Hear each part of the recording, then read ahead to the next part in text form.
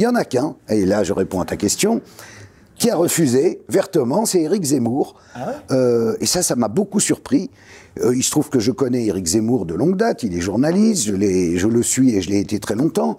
C'est quelqu'un qui en plus dans la vie, en dehors de ses idées politiques qui sont évidemment pas les miennes, mais c'est quelqu'un qui est drôle, qui est sympathique. Mais là, il a fait le front du refus, lui tout seul. Enfin, comment il t'a expliqué ça?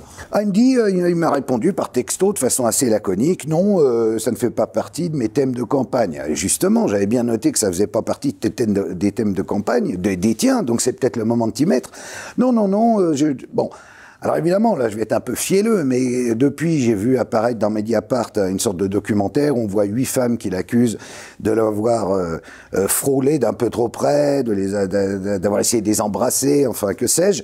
Donc peut-être, il s'est dit, c'est un terrain glissant. Bon, après, sur tous lequel, les sujets que traite Mediapart sont souvent sujets aussi à caution. Non, mais là, je veux dire, c'est pas une nouveauté. Ce qu'ils ont sorti là, tout le monde le savait, peu de gens en parlaient, mais ça sort maintenant parce qu'on est dans la dernière ligne droite, que Plenel ne doit pas être un soutien de première bourre de Zemmour, et donc, bon, les choses sont dans l'ordre.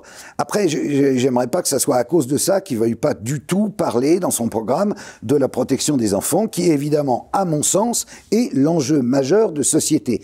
Car comme je l'ai déjà dit, je ne sais plus, assis tout seul dans un tweet, un jour où j'étais énervé, un pays qui ne protège pas ses enfants est un pays qui est mort.